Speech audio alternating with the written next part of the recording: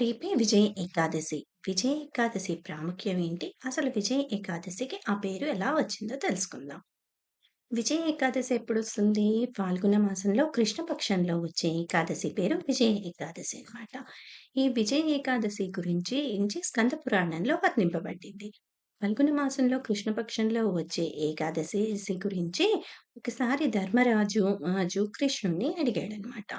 దానికి ప్రత్యుత్తరంగా కృష్ణుడు ఏం చెప్పాడు? ధర్మరాజా విజయ ఏకాదశి సి సి ఈ ఏకాదశి నా గురించి నాకు చాలా ఆనందంగా వివరిస్తాను.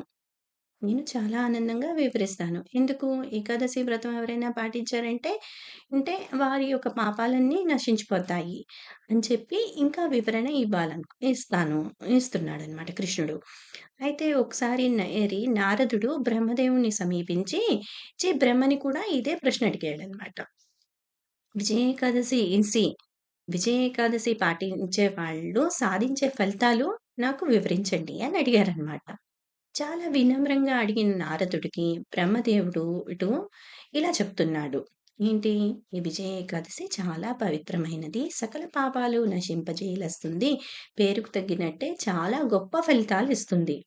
ఈ విజయ ఏకాదశి ఏ మనుష్యుడైతే నిస్సందేహంగా విజయాన్ని చేకూరుతుంది. ఎవరైతే విజయ ఏకాదశి పాటిస్తారో వాళ్ళకు నిస్సందేహంగా ఏంటి?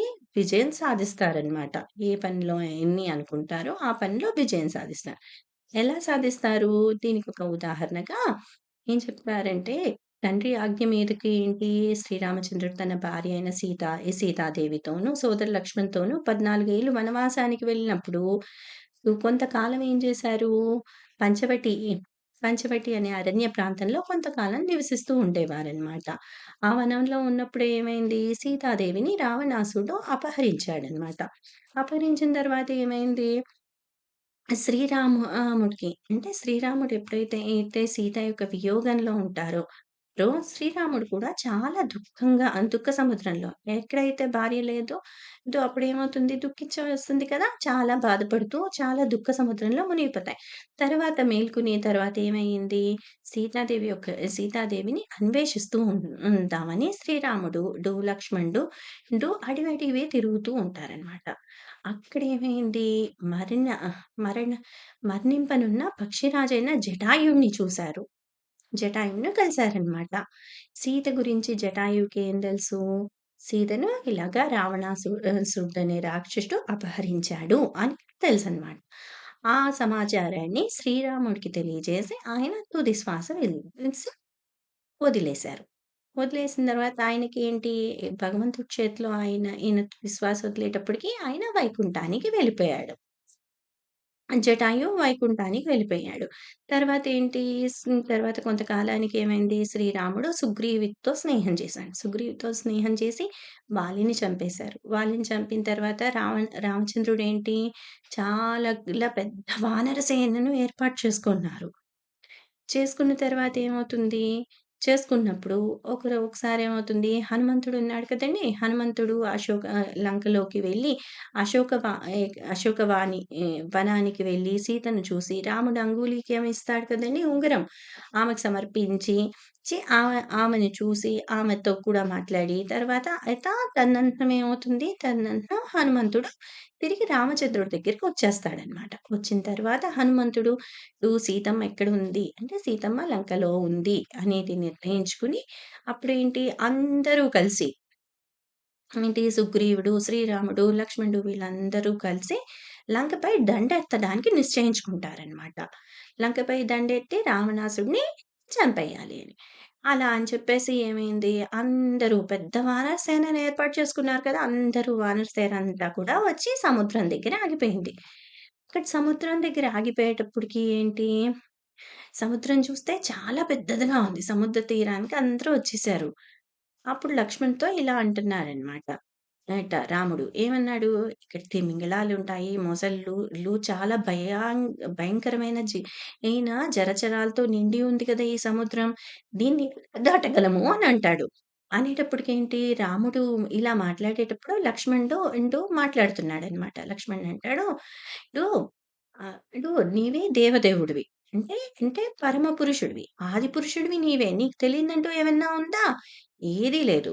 కాపోతే మనం ఉండే ఈ ప్రదేశంలోని బల్కతల్యుడు అనే ముని ఉన్నాడు. ఆ ముని దగ్గరికి ఎళ్లి మనం కూడా ఈ సముద్రాన్ని దాటే ఉపాయాన్ని అడుగుదాము అంటారు.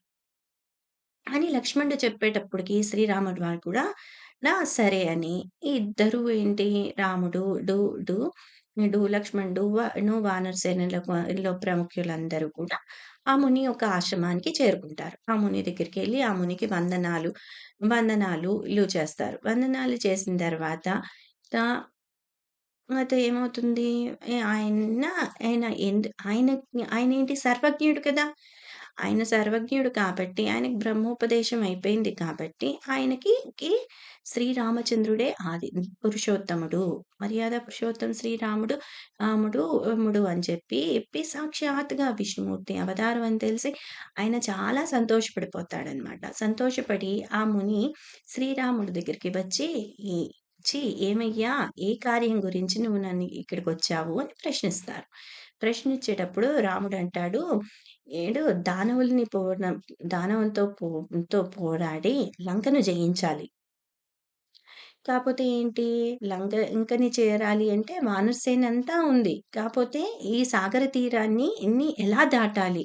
మీ మీ కృప కోసం వచ్చానండి ఈ సాగర తీరాన్ని దాటడానికి" అని. అయితే ఆ మునివర్యుడంటాడు ఏమన్నారు? మునివర్యుడన్నాడు, "సరే రే ఇది ఏదైనా ఉపాయం చెప్తావనొచ్చావు కదా! సరే దీనికంటూ ఒక ప్రత్యేకమైన వ్రతముంది. మహత్తరమైన వ్రతముంది. ఏ వ్రతమది? ఈ జగత్తులో ఏంటి? ఈ వ్రతం చేయడం వల్ల నీకు కావాల్సిన విజయమే కాకుండా ఏమొస్తుందన్నారు? యశస్సొస్తుంది, సంపద పెరిగిపోతుంది.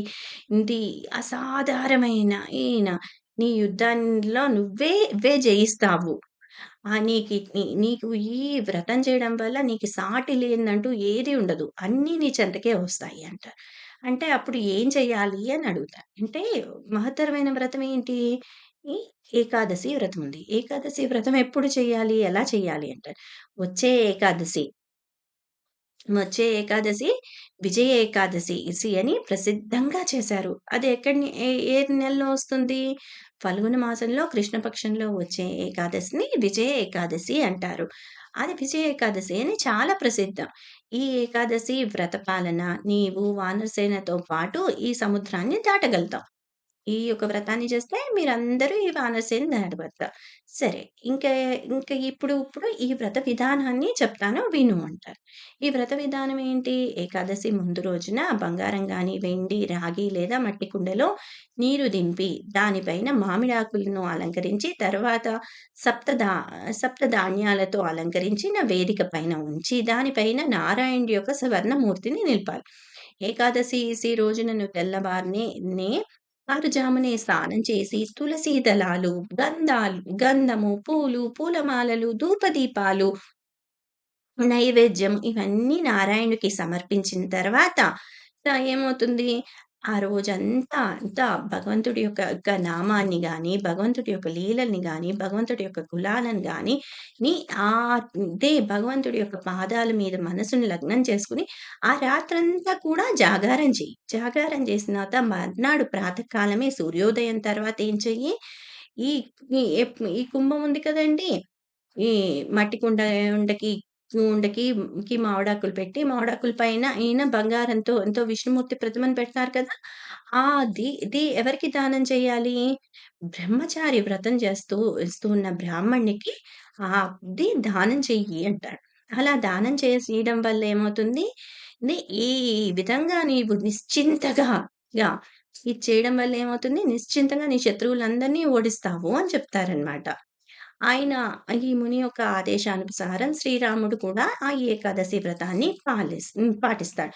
పాటించిన తర్వాత ఫలితంగా ఏమొస్తుంది? విజయాన్ని సాధిస్తాడు. విజయాన్నేంటి రావణాసుడిని హతమారుస్తాడు.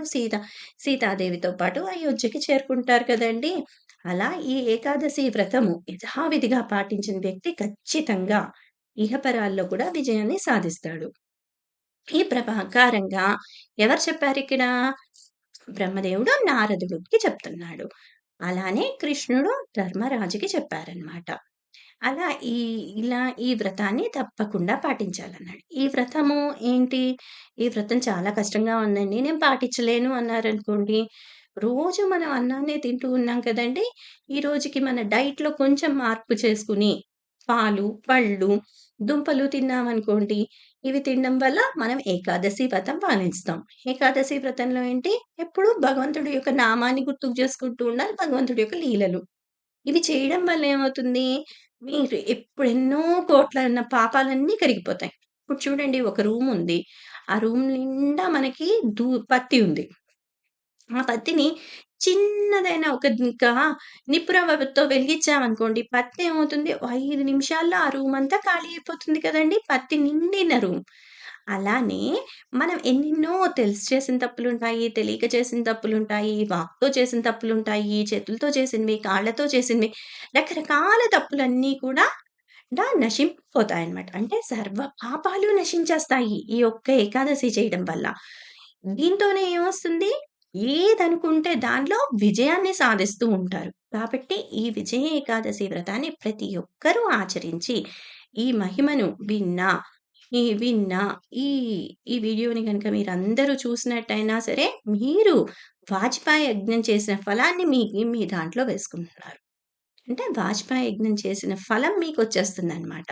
కాబట్టి మీరందరూ కూడా తప్పకుండా ఏకాదశి వ్రతాన్ని ఆచరించడానికి ప్రయత్నించండి. హరే కృష్ణ.